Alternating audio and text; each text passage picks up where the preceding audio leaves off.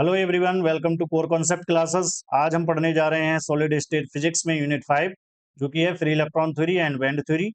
तो इसके आज हम 50 एमसीक्यू क्वेश्चंस सॉल्व करेंगे। तो चलते हैं क्वेश्चन नंबर 1 पर। According to the Drude Lorentz classical model, the electrons in a metal are treated as. तो ड्रूड लॉरेंज क्लासिकल मॉडल के अनुसार जो इलेक्ट्रॉन्स होते हैं मेटल्स में, ये ट्रीट किए जाते हैं।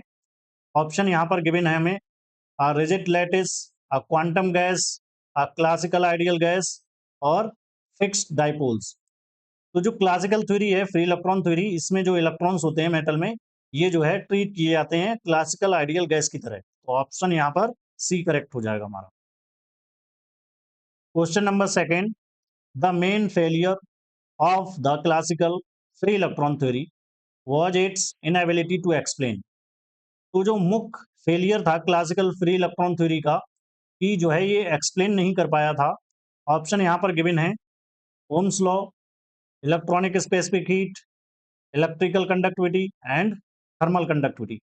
तो जो क्लासिकल फ्री इलेक्ट्रॉन थ्योरी थी, ये इलेक्ट्रॉनिक स्पेसिफिक हीट को एक्सप्लेन नहीं कर पाई थी, जिसके कारण फेल हो गई थी ये। चलते हैं क्वेश्चन नंबर 3 पर। In the Drude model the mean free path is the average distance an electron travels between. तो यहाँ पर जो ड्रूड मॉडल है, इसके अकॉर्डिंग जो मीन फ्री पाथ है, ये हमें बताना है कि जो एवरेज डिस्टेंस होती है जो इलेक्ट्रॉन्स के द्वारा जो है ट्रेवल की जाती है। तो ऑप्शन यहाँ पर गिवन है हमें: entering and leaving the metal, two successive collision, two nuclei and the cathode and anode. तो यहाँ पर जो मीन फ्री पाथ होता है, ये होती है average distance travel by electron between two successive collision. तो ऑप्शन यहाँ पर बी करेक्ट हो जाएगा।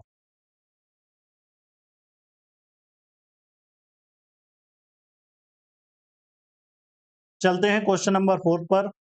The Sommerfeld model improve the Drude model by applying. तो यहाँ पर जो सोमरफील्ड मॉडल था, ये इम्प्रूव वर्जन था किसका?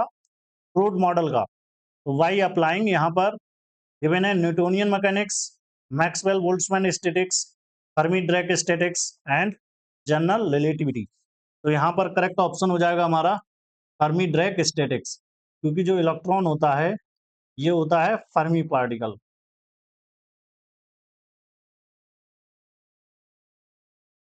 चलते हैं क्वेश्चन नंबर 5 पर। For a free electron in one dimensional box of length L, the energy E is proportional to. तो जो free electron one dimensional box में जिसकी लेंथ एल है, तो इसमें जो एनर्जी होती है ई, ये प्रोपोर्शनल होती है एन के, एन स्क्वायर के, एन के रूट के, या 1/n के। ई इक्वल टू होता है यहाँ पर वन डायमेंशनल बॉक्स के लिए N square H square upon 8 ml square. तो यहाँ पर जो ई है, ये डायरेक्टली प्रोपोर्शनल होती है एन स्क्वायर की। तो ऑप्शन बी करेक्ट हो जाएगा यहाँ पर हमारा। चलते हैं क्वेश्चन नंबर 6 पर। The Fermi energy E F is defined as the. जो फर्मी एनर्जी है, ये डिफाइंड होती है। ऑप्शन यहाँ पर गिवन है: average energy of electrons at room temperature, minimum energy of an electron at 0 kelvin, maximum energy occupied by an electron at 0 kelvin and energy required to remove an electron. तो जो Fermi energy होती है, ये होती है maximum energy occupied by an electron at 0 kelvin. इसको हमें याद रखना है।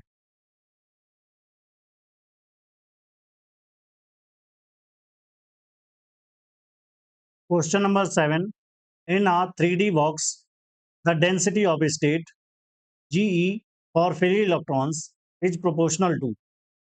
तो यहाँ पर हमें 3 डायमेंशनल बॉक्स में जो डेंसिटी ऑफ स्टेट्स है GE, फ्री इलेक्ट्रॉन्स के लिए ये प्रोपोर्शनल होती है एनर्जी के। तो यहाँ पर ई के, या ई की पावर 1/2 के, या ई की पावर 3/2 के, या ई की पावर 2 के। तो यहाँ पर जो डेंसिटी ऑफ स्टेट होती है, इसका हमें फार्मूला याद रखना है: 1/2 pi square 2m upon H cut square की पावर 3/2 इंटू ई की पावर 1/2। तो यहाँ पर जो डेंसिटी ऑफ स्टेट है, ये डायरेक्टली प्रोपोर्शनल हो जाएगी ई की पावर 1/2k। तो यहाँ पर ऑप्शन बी करेक्ट हो जाएगा हमारा। Question number 8, at T equal to 0 Kelvin, the probability of finding an electron at an energy level E less than EF is। तो यहाँ पर हमें जो है T equal to 0 Kelvin पे प्रोबेबिलिटी फाइंड आउट करनी है इलेक्ट्रॉन की, जबकि जो एनर्जी है ये लेस देन है फर्मी एनर्जी के। तो यहाँ पर ऑप्शन गिवन है 0, 0.5, 1 एंड इनफाइनाइट। तो यहाँ पर हमारा आंसर हो जाएगा 1। ऑप्शन सी जो है करेक्ट हो जाएगा। जो फर्मी डिस्ट्रीब्यूशन फंक्शन है इसको हमें याद रखना है। फर्मी डिस्ट्रीब्यूशन फंक्शन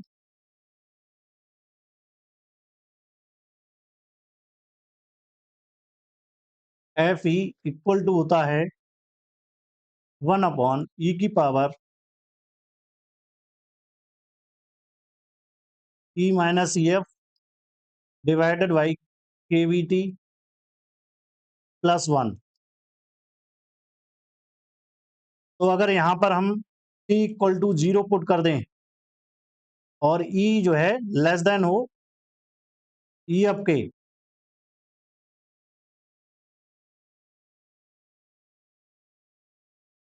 तो यहाँ पर जो Fe है ये इक्वल टू हो जाएगा minus EF minus E upon KVT plus 1 के। T की वैल्यू को हमें पुट करना है अब 0। तो यहाँ से हमें मिल जाएगा E की पावर माइनस इन्फिनिटी प्लस 1। तो ये हो जाएगा 0 प्लस 1, तो यहाँ पर मिल जाएगा 1। यानी जो फर्मी डिस्ट्रीब्यूशन फंक्शन हो जाएगा T इक्वल टू 0 केल्विन पे, जब एनर्जी जो है E लेस देन EF होगी तो 1 हो जाएगा। तो ये हमें याद रखना है, इसको इस तरह से कैलकुलेट करना है। इसी फार्मूले पे बेस्ड है जो 9th क्वेश्चन है हमारा। The Fermi direct distribution function Fe at E equal to EF for any T greater than 0 kelvin is always. तो यहाँ पर 0 होगा, 1 होगा, 0.5 होगा या 0.25 होगा। तो ये वैल्यूज हमको जो है इस फंक्शन में रखनी है, फिर हमें कैलकुलेट करना है। तो यहाँ पर T जो है नॉट इक्वल टू 0 केल्विन और E इक्वल टू है यहाँ पर EF के। तो ये जो फंक्शन है ये हो जाएगा हमारा E माइनस EF होता है यहाँ पर अपॉन KVT प्लस 1। तो जब दोनों इक्वल हो जाएंगे E एंड EF तो ये हो जाएगा 0। E की पावर हो जाएगी 0 प्लस 1। तो इसको हम लिख सकते हैं 1 प्लस 1 यानी 1/2 इक्वल टू आ जाएगा 0.5। तो यहाँ पर हमारा ऑप्शन करेक्ट हो जाएगा 0.5 जो होगा फर्मी डिस्ट्रीब्यूशन फंक्शन की वैल्यू हो जाएगी यहाँ पर।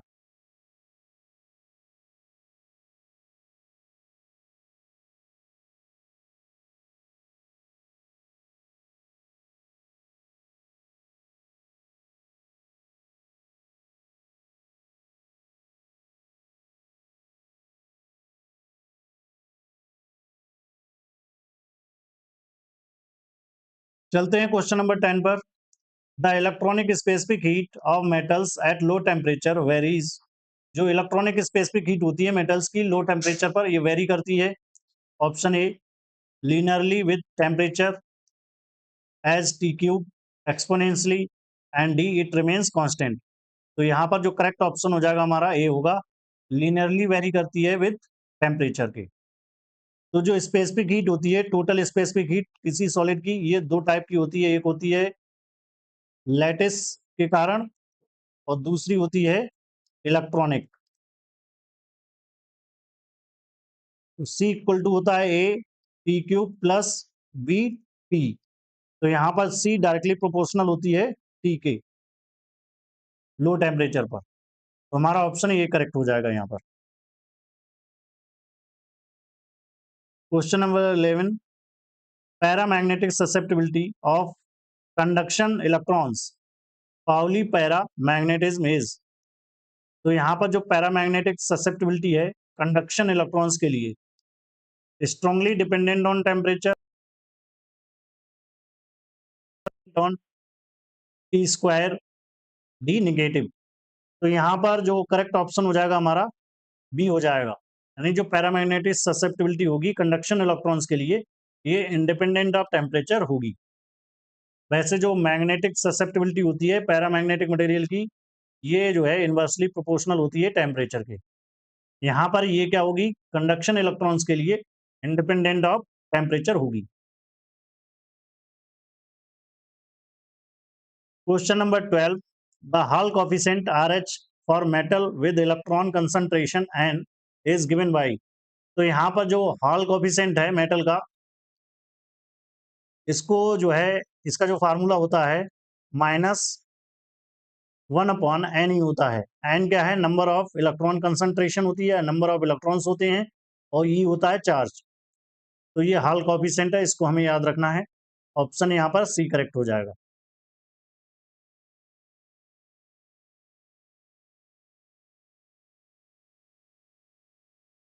चलते हैं क्वेश्चन नंबर 13 पर। The Hall effect is use to determine. जो हॉल इफेक्ट होता है इसका यूज करते हैं to determine A the sign of charge carriers, B the charge carrier concentration, C both A and B, and D magnetic permeability only. तो यहाँ पर जो हॉल इफेक्ट होता है RH इक्वल टू होता है हॉल कोफिशिएंट -1/ne। तो इसके द्वारा हम जो है साइन ऑफ चार्ज कैरियर्स का पता कर सकते हैं और जो चार्ज कैरियर की कंसंट्रेशन है इसको पता कर सकते हैं। तो ऑप्शन यहाँ पर सी करेक्ट हो जाएगा both. Question number 14, in the origin of band theory the splitting of energy levels occurs due to. तो यहाँ पर जो ओरिजिन ऑफ बैंड थ्योरी था तो जो स्प्लिटिंग ऑफ एनर्जी लेवल्स हैं ये अकर्स होते हैं। ऑप्शन गिवन है Pauli exclusion principle, high temperature, gravitational force और एब्सेंस ऑफ पोटेंशियल। तो यहाँ पर जो है हमारा ऑप्शन ए करेक्ट हो जाएगा पाउली एक्सक्लूजन प्रिंसिपल के कारण। Question number 15, question number 15, according to Bloch theorem the wave function of an electron in a periodic potential. तो ब्लॉक थ्योरम के अकॉर्डिंग जो वेव फंक्शन होता है इलेक्ट्रॉन का पीरियोडिक पोटेंशियल में, ऑप्शन गिवन है यहाँ पर simple plane wave, a constant, a plane wave modulated by periodic function, a decaying exponential.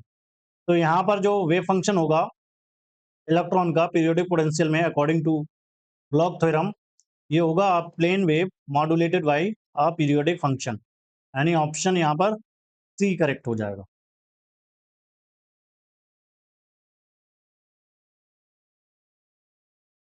Question number 16, the Kronig Penney model uses a periodic potential consisting of. तो जो क्रोनिग-पेनी model है इसका use किया जाता है पीरियोडिक पोटेंशियल में, ये कंसिस्ट होता है ऑफ यानी consisting of sine waves, square waves, delta function only and random spikes. तो यहाँ पर जो पीरियोडिक पोटेंशियल होता है ये होता है स्क्वायर वेव्स के कारण। Question number 17, in the Kronig Penney model the term P scattering power determines.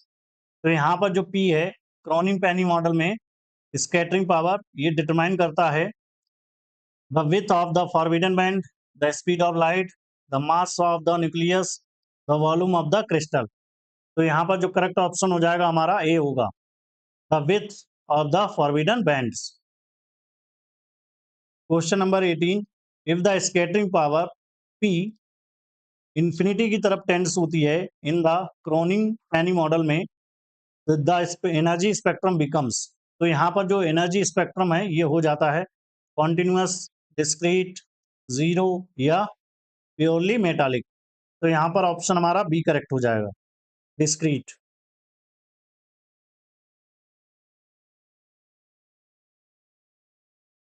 चलते हैं क्वेश्चन नंबर 19 पर।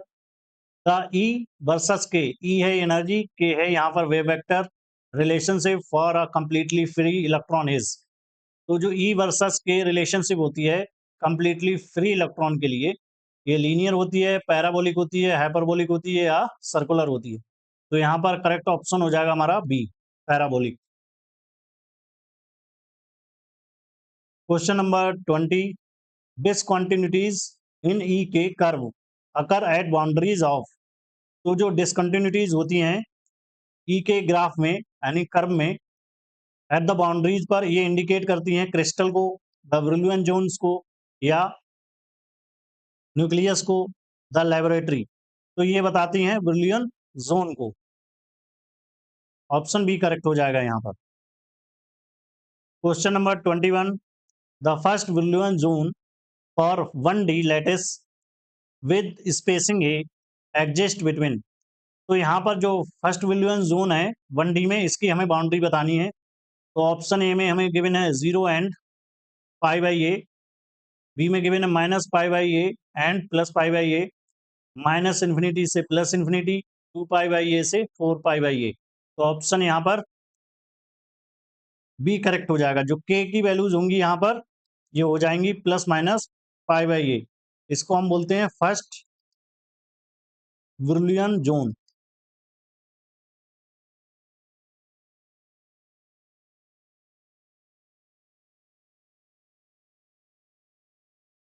Question number 22, the effective mass m star of an electron in crystal is related to the curvature of E K curve y। तो यहाँ पर जो effective मास है crystal में electron का, ये रिलेटेड होता है कर्वेचर के ऑफ ई के कर्व के। तो यहाँ पर जो इफेक्टिव मास है इसका फार्मूला हमें पता होना चाहिए। m स्टार इक्वल टू होता है h cut square upon d2e upon D के स्क्वायर। तो यहाँ पर जो m स्टार है ये डायरेक्टली प्रोपोर्शनल होगा d2e अपॉन डी के स्क्वायर के पावर के -1 के। तो यहाँ पर ऑप्शन हमारा बी करेक्ट हो जाएगा। ये इफेक्टिव मास का फार्मूला, इसको हमें याद रखना है।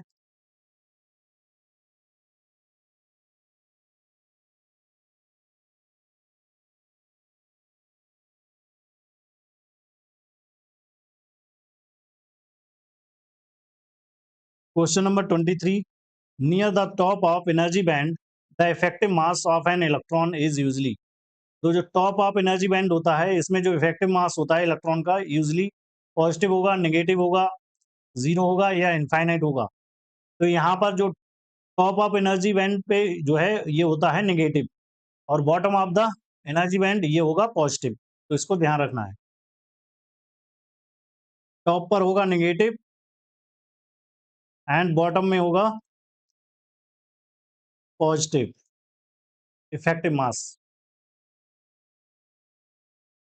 Question number 24, a hole is conceptually treated as. तो जो होल होता है इसको कंसेप्चुअली ट्रीट करते हैं a positive charge with positive mass, a negative charge with negative mass, an empty state in the valence band acting as positive charge, a neutron. तो यहाँ पर जो हमारा ऑप्शन करेक्ट हो जाएगा सी होगा। ये जो है वैकेंसी ऑफ इलेक्ट्रॉन होती है, तो इलेक्ट्रॉन पे चार्ज होता है नेगेटिव, इसीलिए इस पे चार्ज होता है positive. An empty state in the valence band acting as positive charge. चलते हैं क्वेश्चन नंबर 25 पर। Insulators have a completely filled valence band and an empty conduction band with a band gap E typically. तो जो insulators होते हैं according to band theory, ये हमें पता होना चाहिए। अकॉर्डिंग टू बैंड थ्योरी जो एनर्जी गैप होता है, एनर्जी गैप ई से रिप्रेजेंट करते हैं फॉर मेटल्स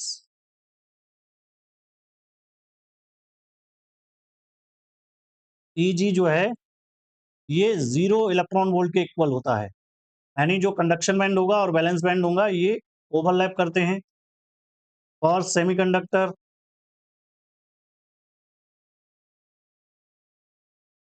ई नियरली होता है 1 इलेक्ट्रॉन वोल्ट के इक्वल। और insulator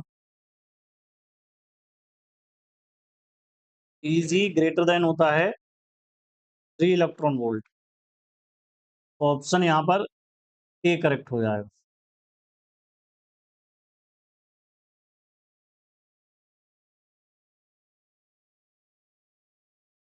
question number 26, in a conductor metal the conduction band and valence band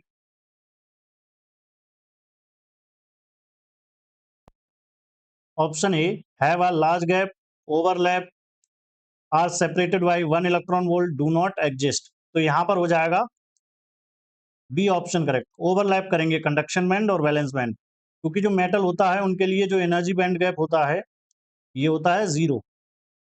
तो यहाँ पर जो कंडक्शन बैंड होते हैं और वैलेंस बैंड ये ओवरलैप करते हैं। ये वैलेंस बैंड होता है, ये होता है कंडक्शन बैंड। इनके बीच का जो गैप होता है उसको हम बोलते हैं energy band gap.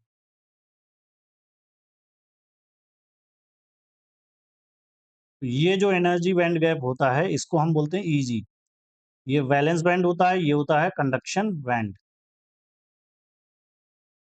Question number 27, semiconductors have a band gap that is generally infinite, very large, small, 1 electron volt के इक्विवेलेंट, 0।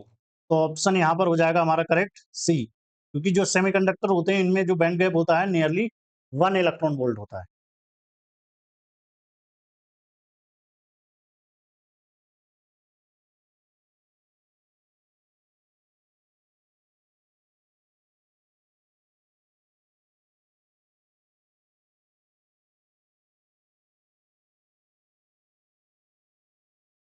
चलते हैं क्वेश्चन नंबर 28 पर। The velocity of block electron Vg is given by. तो यहाँ पर जो velocity है block electron की Vg इक्वल टू होती है 1 upon H cut D E upon D के। तो इसको हमें याद रखना है ब्लॉक थ्योरम में। तो ऑप्शन यहाँ पर ए करेक्ट हो जाएगा हमारा। Question number 29, the number of possible wave function any states in any energy band is equal to. तो हमें नंबर ऑफ जो है वेव फंक्शन बताने हैं या स्टेट्स बतानी है in any energy band is equal to. Option given है यहाँ पर 2n, n, n square and 1। तो यहाँ पर जो ऑप्शन हमारा करेक्ट होगा ए हो जाएगा। 2n होंगे जो number of possible wave function होंगे या स्टेट्स होंगी, ये होंगी 2n।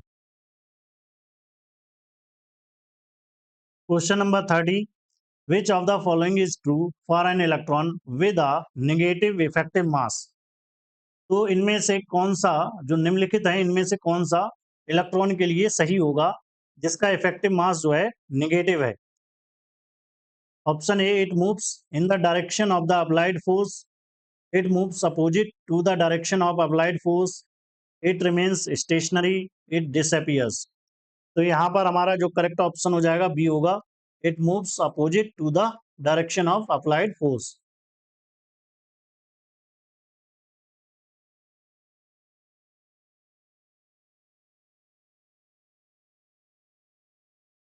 क्वेश्चन नंबर 31, द reduced zone scheme represent all energy bands within.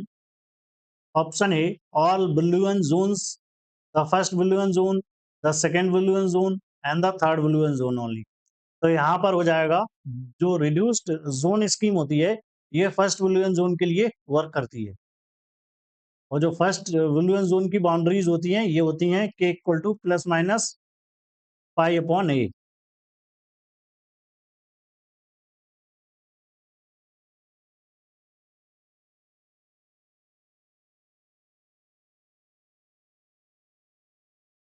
Question number 32, the Brillouin zone boundaries condition for Bragg reflection in 1D।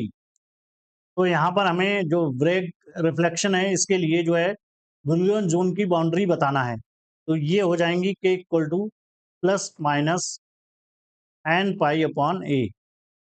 तो यहाँ पर जो है जो बुलियन जोन बाउंड्री होती है वहां पर क्या होता है ब्रेक रिफ्लेक्शन होता है, इसको हमें याद रखना है। हमारा ऑप्शन यहाँ पर ए करेक्ट हो जाएगा। Question number 33, what happens to the width of the energy band as the atomic spacing decreases. तो यहाँ पर जो विथ होगी एनर्जी बैंड्स की, इस पर क्या इफेक्ट पड़ेगा? जब जो एटॉमिक स्पेसिंग है ये डिक्रीज कर जाती है। डिक्रीजेस ऑप्शन गिवन है हमें, इंक्रीजेस, रिमेन सेम या बिकम्स जीरो। तो यहाँ पर ऑप्शन हमारा बी करेक्ट हो जाएगा, इंक्रीजेस। जो विथ है एनर्जी बैंड की ये जो है इंक्रीज कर जाएगी।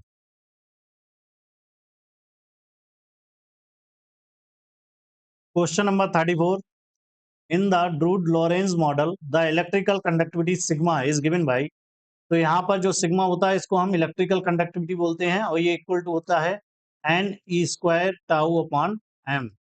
एन होते हैं number of electrons, E charge होता है, टाउ होता है यहाँ पर रिलैक्सेशन टाइम एंड एम होता है मास ऑफ द इलेक्ट्रॉन। तो ऑप्शन ए यहाँ पर करेक्ट हो जाएगा।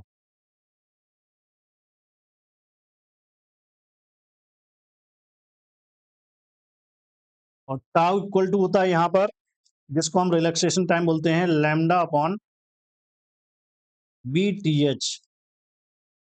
टाउ है हमारा relaxation time,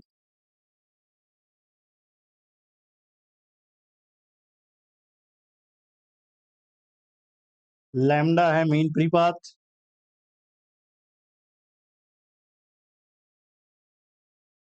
and V T H है थर्मल वेलोसिटी।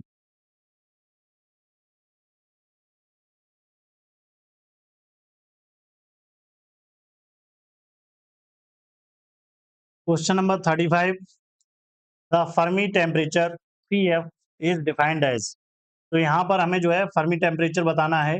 ई एफ अपॉन के बी होता है या के बी अपॉन ई एफ होता है, ई एफ इंटू के बी होता है या 0 केल्विन होता है। तो ई एफ इक्वल टू होता है के बी टी एफ। तो यहाँ से हो जाएगा T F equal to E F upon K B.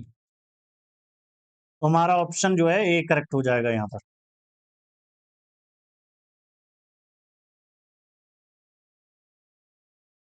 Question number 36, the Wiedemann Franz law relates. जो वेडमैन फ्रिंज लॉ होता है ये रिलेट करता है मास एंड एनर्जी को, इलेक्ट्रिकल एंड थर्मल कंडक्टिविटी को, वोल्टेज एंड करंट को, प्रेशर एंड वॉल्यूम को। तो यहाँ पर जो वेडमैन फ्रिंज लॉ होता है ये ए अपॉन होता है sigma T equal to L. तो ये रिलेट करता है इलेक्ट्रिकल एंड थर्मल कंडक्टिविटी को, इलेक्ट्रिकल कंडक्टिविटी को और थर्मल कंडक्टिविटी को। तो ऑप्शन बी करेक्ट हो जाएगा यहाँ पर हमारा।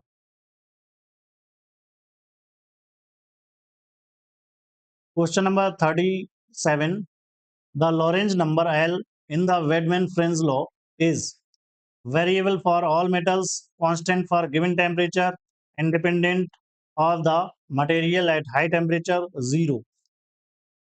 तो अभी हमने पढ़ा था यहाँ पर k upon sigma T equal to L. तो ये जो है कांस्टेंट होता है। तो यहाँ पर जो है ऑप्शन सी करेक्ट हो जाएगा, independent of material at high temperature.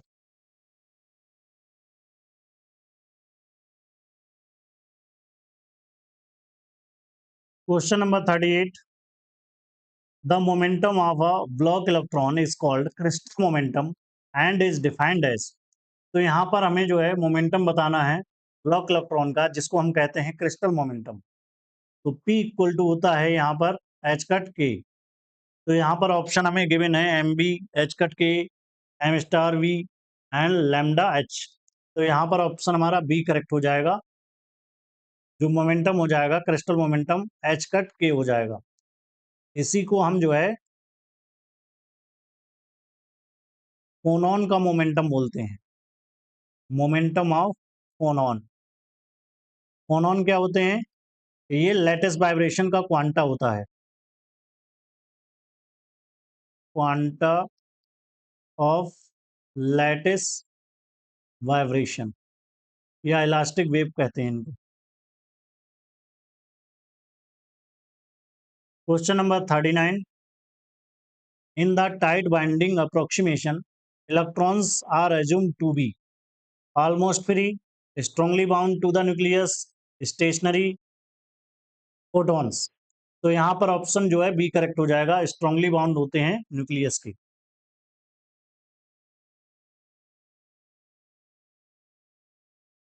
Question number 40, the Fermi surface of a 2D square lattice of free electron is. तो यहाँ पर जो फर्मी सरफेस होगी 2D स्क्वायर लैटिस के लिए, फ्री इलेक्ट्रॉन्स के लिए, ये होगी स्फीयर, क्यूब, सर्किल या लाइन। तो यहाँ पर जो करेक्ट ऑप्शन हो जाएगा हमारा होगा सी, सर्कल। अगर यहाँ पर 3D के लिए होता, जो फर्मी सरफेस, तो ये हो जाती sphere.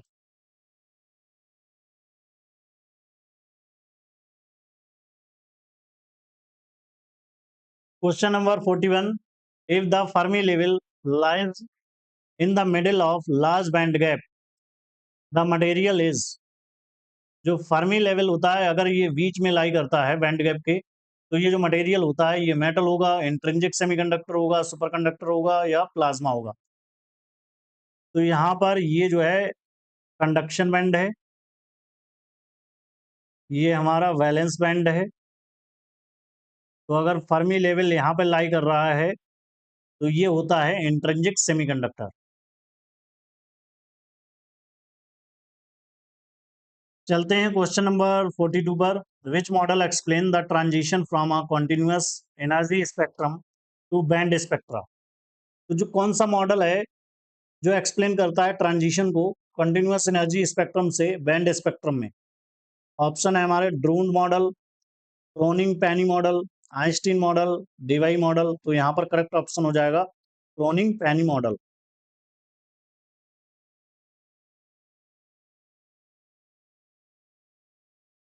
Question number 43, the effective mass account for electron interaction with. जो इफेक्टिव मास होता है ये रिस्पॉन्सिबल होता है इलेक्ट्रॉन इंट्रैक्शन के लिए। ऑप्शन गिवन है यहाँ पर external battery, periodic crystal potential, other electrons only and the air. तो ऑप्शन यहाँ पर बी करेक्ट हो जाएगा, द पीरियोडिक क्रिस्टल पोटेंशियल के लिए जो है रिस्पॉन्सिबल होता है। Question number 44, eight room temperature the probability of an electron occupying a state 0.5 electron volt above EF is. तो यहाँ पर जो है हमें फर्मी डिस्ट्रीब्यूशन फंक्शन के बारे में बताना है। ये होता है ई माइनस ई एफ के बी टी प्लस 1। तो इसकी जो वैल्यू होगी वेरी हाई होगी, वेरी लो होगी, या एग्जैक्टली 1 होगी या 0.5 होगी। तो ऑप्शन यहाँ पर बी करेक्ट हो जाएगा। Question number 45, the drift velocity of an electron is much than the Fermi velocity, larger, smaller, equal and faster. तो यहाँ पर आ जाएगा स्मॉलर, यानी जो ड्रिफ्ट वेलोसिटी होती है इलेक्ट्रॉन की मच स्मॉलर देन होती है फर्मी वेलोसिटी से।